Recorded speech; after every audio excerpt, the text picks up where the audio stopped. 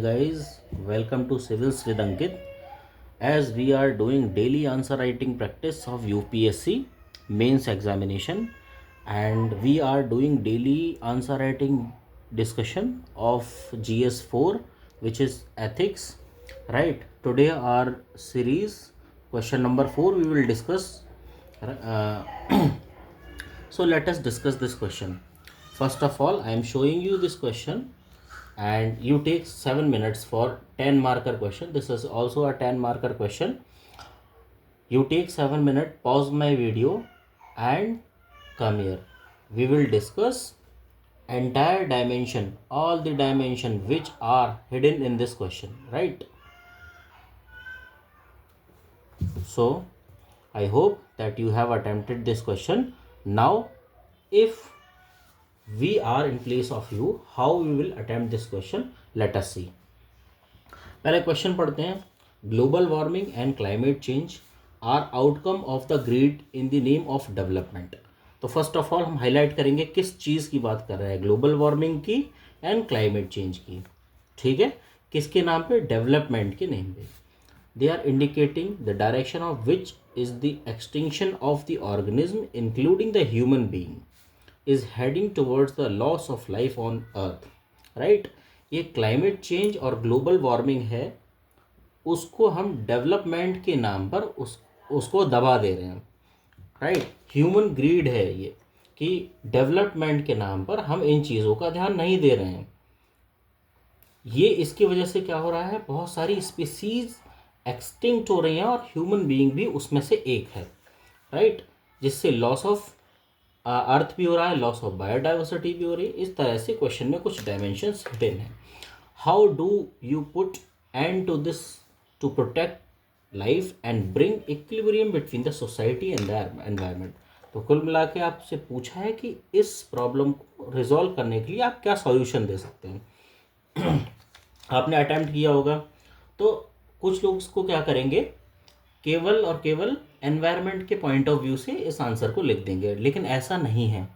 जब भी climate change या कोई भी बर्निंग इशू या एथिकल इशू आता है तो उसमें एथिक्स की डायमेंशन का होना बहुत ज़रूरी है.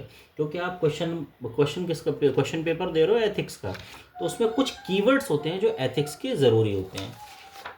तो हम बताते हैं, जब भी आप देखिए कीवर्ड्स पहले कुछ लिख लीजिए. यहाँ पे हम पहले कीवर्ड्स लिखा देते हैं आपको, और पेज लेते हैं, कीवर्ड्स लिखते हैं उसमें. जब भी आप क्लाइमेट चेंज में एथिकल इशू की बात करेंगे, तो उसके लिए कुछ कीवर्ड्स हैं, वो मैं आप लिख लीजिए. इन्हीं के राउंड अबाउट आपका क्वेश्चन घूमेगा. कैसे भी आप इन कीवर्ड्स को यूज कर सकते हैं. फर्स्ट लिखिए utilitarian versus common good. Utilitarian क्या होता है, last man standing in the row. कोई भी सरकार पॉलिसी बनाती है तो यूटिलिटेरियन कॉन्सेप्ट पे बनाती है. तो last man standing in the row को आप सर्व कर सकें, ऐसी आपकी पॉलिसी होना चाहिए, ऐसा आपका डेवलपमेंट होना चाहिए कि last man standing in the row should be served. Right, लेकिन उसके साथ साथ हमें ध्यान रखना पड़ेगा कि कुछ कॉमन गुड हैं जो सबके लिए हैं, जिनको सस्टेनेबली आपको यूज करना है फ्यूचर के जनरेशन को ध्यान में रखते हुए. Right, CBDR, common but differentiated responsibility. Today is the era of globalization and we have common but differentiated responsibility. Every developed nation also have some responsibility with a developing nation. So this is the CBDR, one world, one earth. Right, every country should take the right steps, their responsibility towards the environment. We are the trustee of environment. So आप एक keyword और लिखिए, trusteeship या stewardship. ये गांधी जी ने दिया था कि we are just the protector of the environment. Right, one health approach. एक मोदी जी का मिशन है, मिशन लाइफ या मिशन लाइफ स्टाइल. कि आप अपनी लाइफ को इतनी सस्टेनेबल तरह से जिएं ताकि एनवायरनमेंट का उसमें कोई नुकसान ना हो, डेवलपमेंट भी हो और नुकसान भी ना हो, राइट। देन इतने आप कर सकते हो, ठीक है। One health one approach we have discussed. Now start करते हैं इस क्वेश्चन को। अब देखिए इन्हीं कीवर्ड्स के राउंड अबाउट हम कैसे क्वेश्चंस को घुमाते हैं वो देखिए। सबसे पहले मैंने आपको बोला था या तो आप ये जो मैंने आपको क्वेश्चन दिया, या तो आप इसका कॉन्टेक्स्ट डिस्कस कीजिए कि किस कॉन्टेक्स्ट में ये बात कही गई है, या फिर आप डिस्कस कीजिए, या फिर आप किसी का कोट उठा के लेके आइए, वो भी फेमस पर्सनैलिटी होना चाहिए, या फिर कोई करंट इशू डाल दीजिए इसमें। तो अभी मेरे पास में करंट इशू नहीं है, आप जो रिसेंटली इशू चल रहा हो वो जितना ज़्यादा डालेंगे और जितने एग्जाम्पल देंगे उतना ज़्यादा बेटर आपको मार्क्स मिलने वाले हैं। सो हम स्टार्ट करते हैं फिलहाल एक कोट से, और हमारा कोट है we are the first generation to feel the sting of climate change and the global warming, and we are the last generation that can do something about it,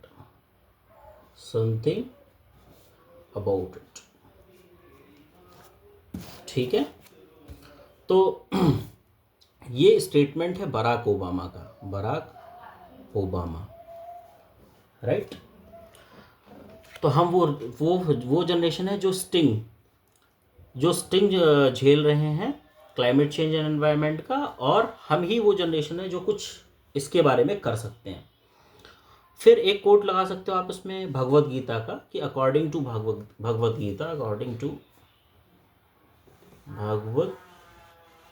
Gita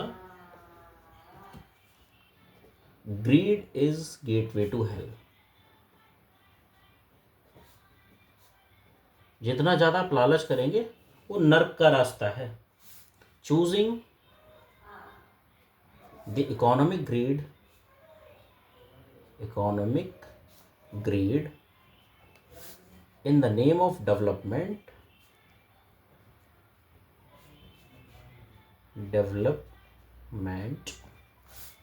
has let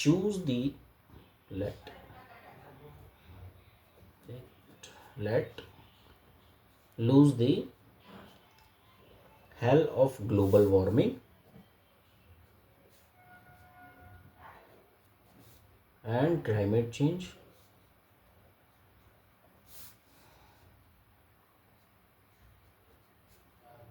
that threaten the loss of life।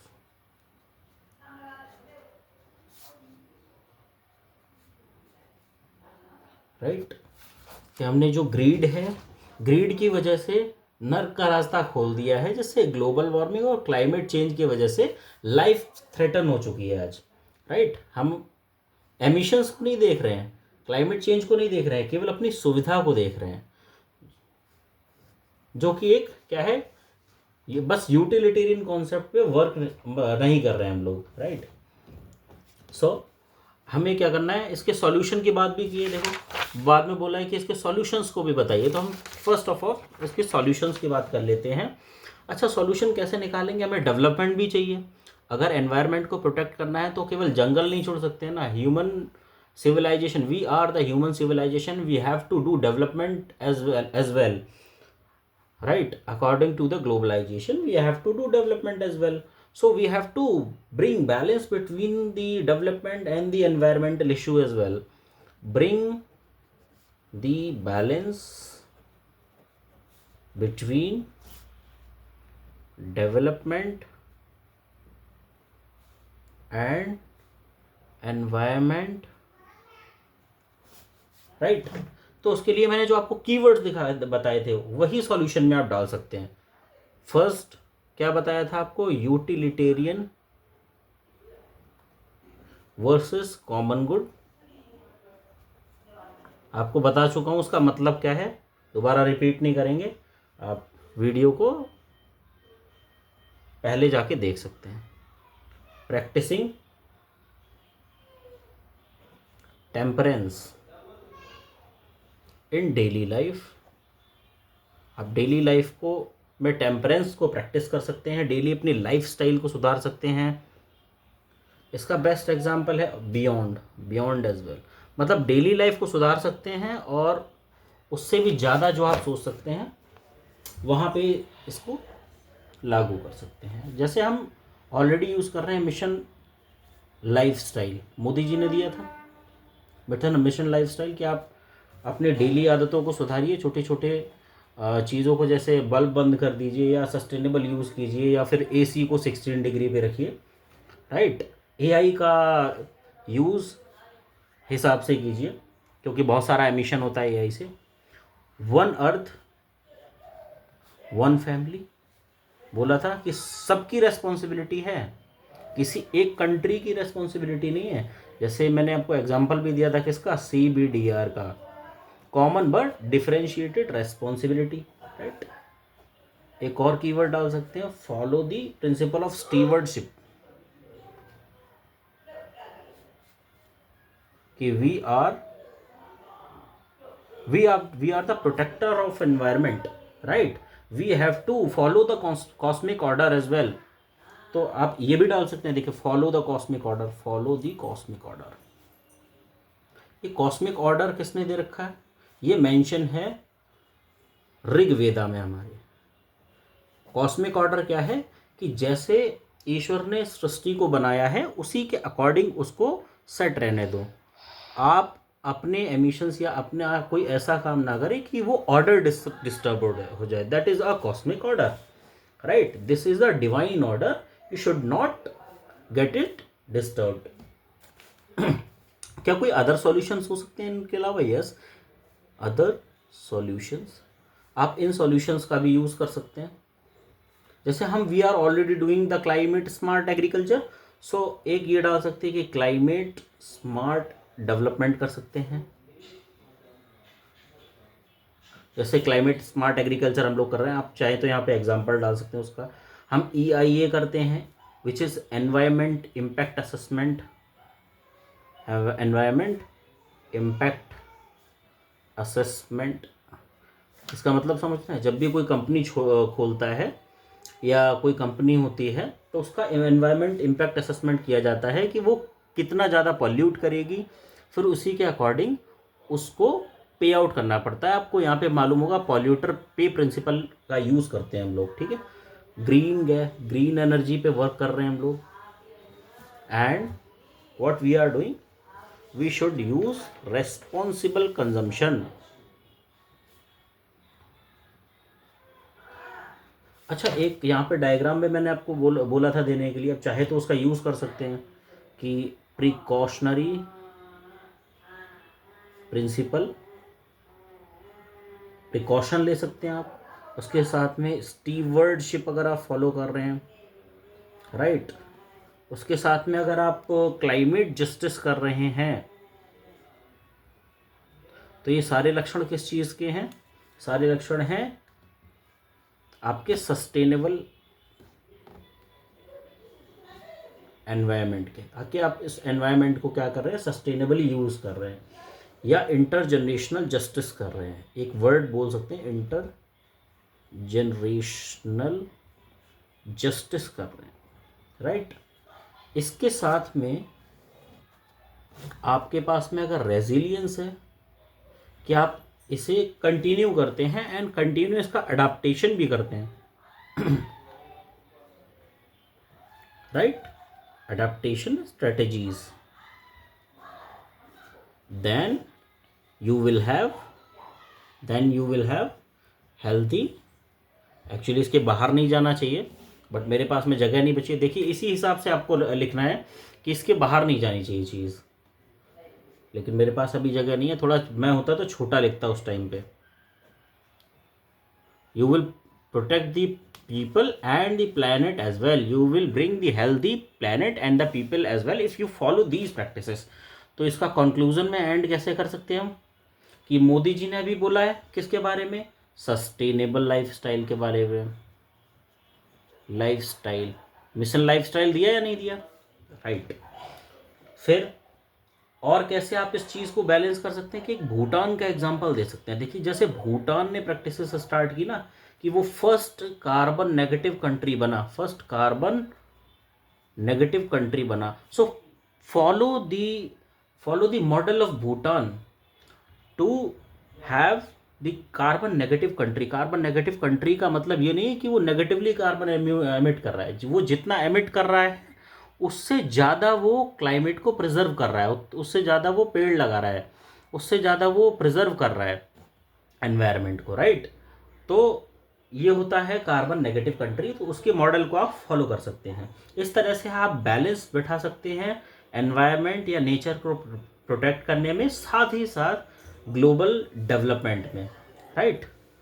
तो आज यहीं and करते हैं, आज का हमारा answer यहीं and होता है। बाकी कल मिलेंगे, बाय बाय।